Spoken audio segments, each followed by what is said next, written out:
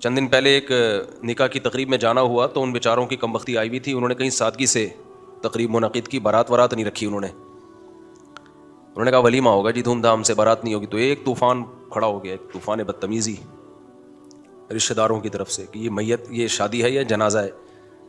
تو اسپیشلی مجھے بلایا انہوں نے کہ کچھ بات کر لیں ان کے سامنے. میں نے بات کی, میں نے کہا بھائی ولیمے سے پتہ چل جائے گا کہ یہ شادی ہے, جنازہ نہیں ہے. بارات سے نہیں پتہ چلتا. بارات تو غیر شرعی چیز ہے. میت پہ رسومات دیکھ لیں آپ, اچھے اچھے دینداروں کو ہم نے دیکھا ہے, صبح شام تقریریں بھی ہوں گی. اپنے بارے میں ڈر لگتا ہے کہ ایسا نہ ہو کہ ہم بھی عملی زندگی میں ناکام نکلیں. ہم بھی بڑی بڑی باتیں کر رہے ہیں, ممبر پہ بات کرنا آسان ہے, جب عمل پہ آتا ہے تو پتہ چلتا ہے. بھائی میتوں پہ دیکھ لیں کیا کچھ ہو رہا ہے. اسلام نے میت کو بھی سادہ رکھا. بھائی تمیز سے دفنا دو ایک آدمی کو, مر گیا تو پہلی دفعہ تھوڑی مرا ہے. ساری دنیا آئی ہے مرنے کے لیے آئی ہے. وہ چیخنا ہا ہو ہی ہا, ایک عجیب طوفان بدتمیزی. پھر میت کی سیلفیاں, ناکوں میں روئیاں ٹھسی ہوئی سیلفیاں اچھی لگتی ہیں کسی کی. جنازے کی تصویریں شیئر ہو رہی ہیں. کیا بےہودگی ہے بھائی.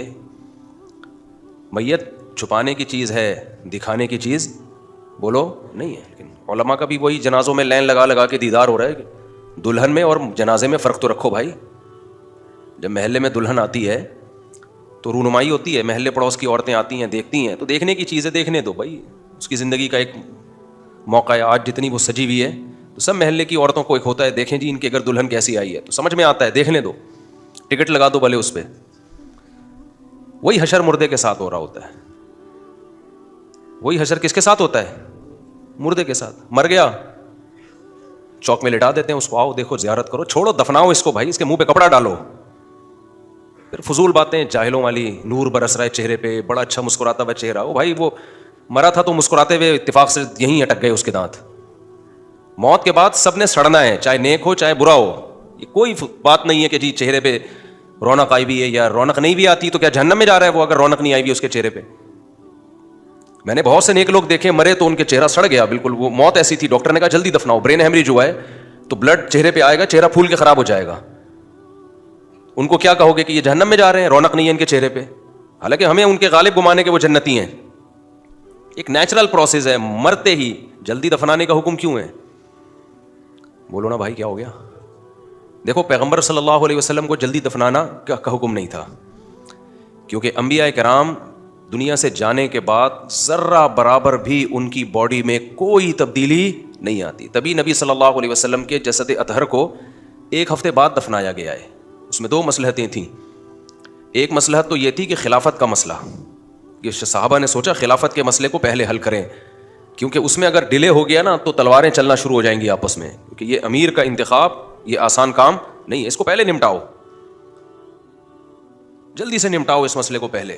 ظاہر ہے اس میں ٹائم لگا, کیسا نہ ہو کہ یہ امت چند سیکنڈوں کے لیے بھی بے لگام ہو, کوئی ان کا حاکم نہ ہو. جیسے ہمارا حال ہے نا, ہمارے ملک کا مسئلہ کیا ہے, کوئی طاقتور حکمران نہیں آتا ہمارے یہاں. جو بھی آتا ہے اتنا کمزور ہوتا ہے کہ دوسرا اس کی ٹانگیں کھینچنا شروع کر دیتا ہے, تو وہ کچھ بھی نہیں کر پاتا, نہ اچھا نہ غلط. کچھ تو کرنے دو اس کو. دنیا میں کوئی بھی کنٹری جب تک کوئی اسٹیبل گورنمنٹ نہ ہو وہ ترقی نہیں کرتی, چاہے وہ ناجائز گورنمنٹ ہی کیوں نہ ہو بھائی, ہو تو صحیح.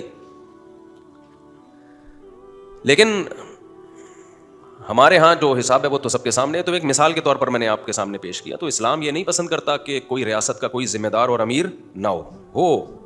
تبھی تو نبی صلی اللہ علیہ وسلم نے فرمایا اسمعوا واطیعوا ولو سلط علیکم رجل حبشی کأن رأسہ ذبیبہ. تم پر حبشی غلام بھی مسلط ہو جائے, جب ہو گیا مسلط, تمہارے مشورے سے نہیں ہوا, لیکن جب ہو گیا تو ہو گیا, اب اسی کی مانو. کیونکہ نہ ہونے سے غلط ہونا بہرحال بہتر ہے. نہ ہونے میں تو ہر آدمی کی اپنی رائے چلے گی, تلواریں چلیں گی, لڑائیاں ہوں گی, کیا فیصلہ ہوگا کہ صحیح کیا ہے غلط کیا ہے.